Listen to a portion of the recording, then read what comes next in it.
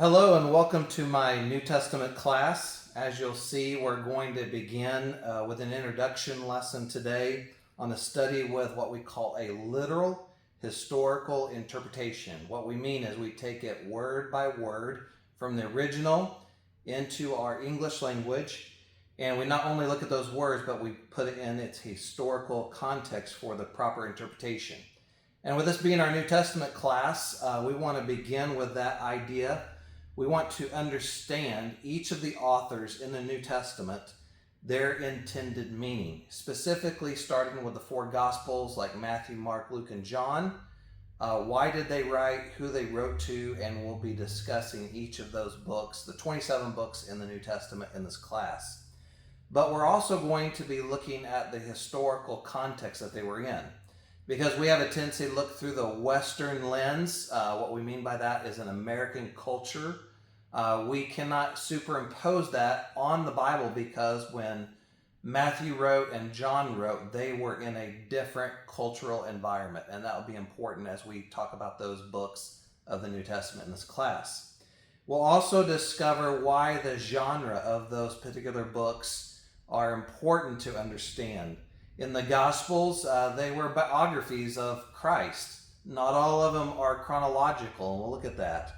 We'll look at the book of Acts and why that's a historical book on what happened after the ascension of Jesus Christ. And then we're going to look at letters that were written, like Paul wrote letters to churches, and Paul also wrote letters to individuals like Timothy and Titus. But then in the uniqueness of our New Testament, not only those historical books, but there's also books about prophecy, things still yet to come. And we'll be looking at the parables that Jesus used within those gospel accounts. We'll be looking at poetry that Paul used in his letters, and we'll be talking about those all in the historical context. We're also going to be talking about how that these letters were written in the Greek language. And a little bit we're going to be talking about why the time period that these New Testament books came on the scene are important to this lesson as well. So that approach, the literal historical interpretation approach, is going to help us not superimpose modern day interpretations on what was meant by the original authorship. We'll be talking about that here in our class in just a little bit.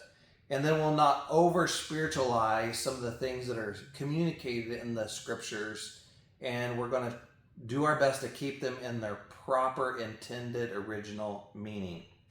So as we study and consider that historical and cultural context, I want us to begin today by understanding that little division between the Old Testament and New Testament, perhaps in your Bible, is one empty page. That's actually a 400-year time span.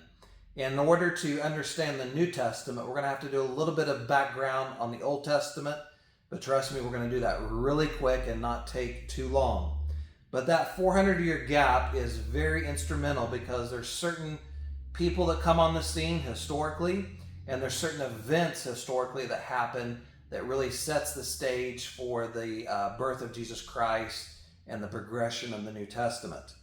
But in order to do so, we're going to have to look at why the nations of Greece, why the time of the Romans were important, and how that plays into the parallel history of the people of Israel. So 3 nations are going to be important as we looked at the end of the Old Testament, the beginning of the New Testament.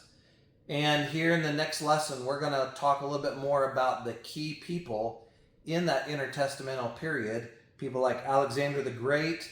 We're going to be looking at why the Jews took the Hebrew language and were tasked by an Egyptian king to write the Greek Septuagint, and how Paul and Jesus and the disciples would have been familiar with the Greek Septuagint, which was written hundreds of years before they were born.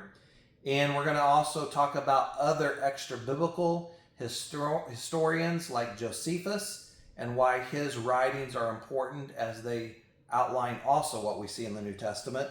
And then there's going to be an important event in the Jewish history called the Maccabean Revolt, which we'll get to. But we need to kind of back up to get spring-loaded in the New Testament. We're going to have to understand the Old Testament. And let's go back all the way to the beginning of the Bible, Genesis chapter 13. There's an interesting dialogue between God and a man named Abram, later to be called Abraham. And the Jews and Christianity all believe in Abraham. In fact, they would say he's the father or an ancestor of their Judaism. And in Genesis 13, there's a dialogue between God and Abraham that goes like this.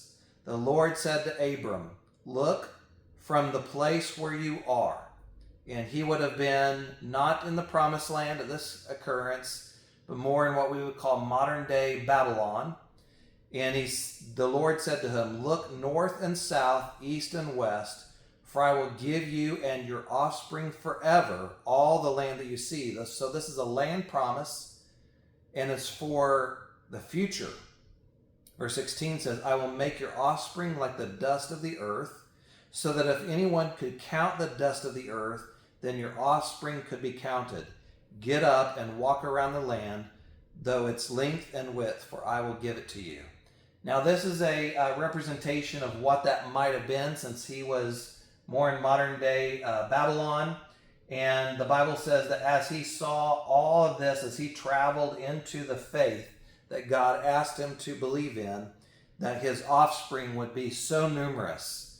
And so this was a promise that he wouldn't see fulfilled, because you can't see your great-great-great-grandkids. And we're going to be talking about one of those great-grandkids, which would be King David and Solomon, and then to the tribes of Israel, and even Jesus himself. So this spans thousands of years, and it's a rich history, which really helps us understand this.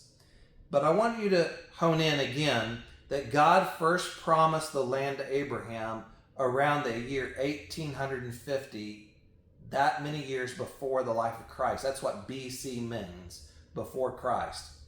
And according to this biblical narrative, that promise that is also found in Genesis chapter 15 goes like this: "To your descendants I have given this land, from the river of Egypt to the great river, the river Euphrates." And God will renew that promise again to Abraham's son Isaac and Jacob, the 12 tribes of Israel, and even into the future. Now it's important because you see the land of Egypt, after Abram left his home, traveled up the Fertile Crescent down into modern day Israel. He then had to flee to Egypt. Jesus also had to flee to Egypt. And when the 12 tribes were birthed in Egypt in 400 years of bondage, and they wandered in the wilderness, we have a tendency to think this is the promised land, but historically, the fulfillment, yes, was in the tribes coming into the promised land, and it was also Jesus in his day, but it's also a future promise in the millennial kingdom. Now I'm getting way ahead of myself, so let's go a little bit more slowly. So after 400 years of slavery in Egypt, which God already told Abraham would happen, which is an amazing promise, then Moses leads them into the wilderness, and Joshua is the one that leads them across the Jordan River into the promised land. And this is about the year 1405. So this is 400 years removed from Abraham plus. And 7 years later, in the year 1398, the land of Canaan is divided by lot to the children of Israel in Joshua 14. Now the tribes of Manasseh and Ephraim are descendants of Joseph. And these other tribes, the only tribe you do not see is the tribe of Levi, because theirs was not a promise of land, but a promise of service. And they were to receive the tithe from these 12 tribes in order to do the work in Jerusalem that God had for them. We'll be talking about that in the New Testament as well.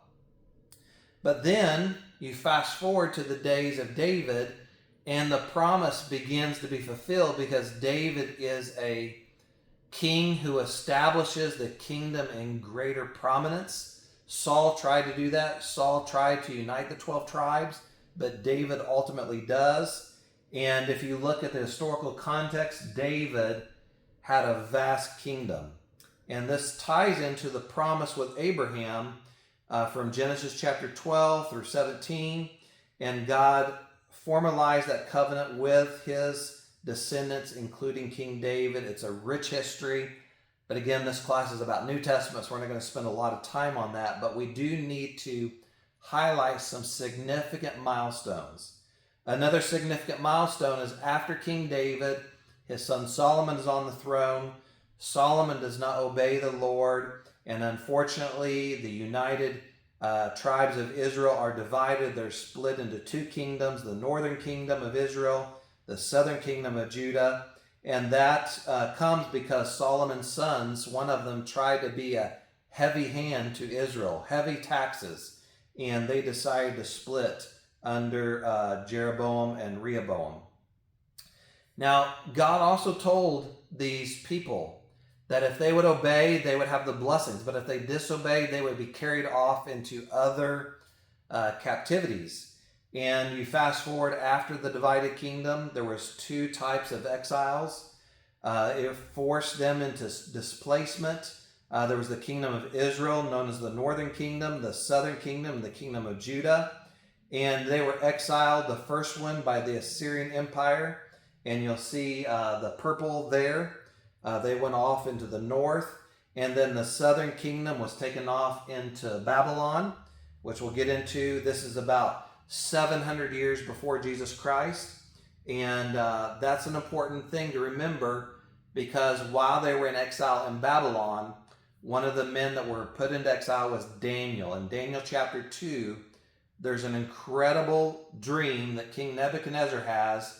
He can't get any of his men to interpret it, but Daniel says, I believe God will give us the interpretation. In that dream is a statue which is going to represent the kingdoms. And it's a significant prophecy. And I want you to notice that the kingdom of Greece and Rome are going to be what leads us into the New Testament period. And you have to understand this historical background in order to help you with the New Testament. So yes, the Greek Empire was by Alexander the Great. We'll do more of him in the next lesson. And then the strong legs of iron represents the powerful Roman Empire. We'll talk about why the Roman Empire was important before the life of Christ. And then the feet of iron and clay symbolizes a divided kingdom. It reflects that after the Roman Empire, all these kingdoms are a part of our world. And we even see that today. The United States is, quote, a kingdom. The European Union is part of that. You have nations in Africa, and you even have Russia. But then there's a stone in Daniel's interpretation that's not made by hands. It comes and defeats the statue, which is a future pointing to Christ in the millennial kingdom still yet to come. And that's an important part. Now, I give you all that because in our next lesson, when we talk about Alexander the Great, the Greek Septuagint, the Roman historian Josephus, and the Maccabean Revolt, it all sets a stage for the beginning of the New Testament. And we talk about the harmony of the Gospels that we're getting ready to get into. So this is the conclusion of part 1 of our study in the New Testament. And we'll look forward to part number 2 coming shortly.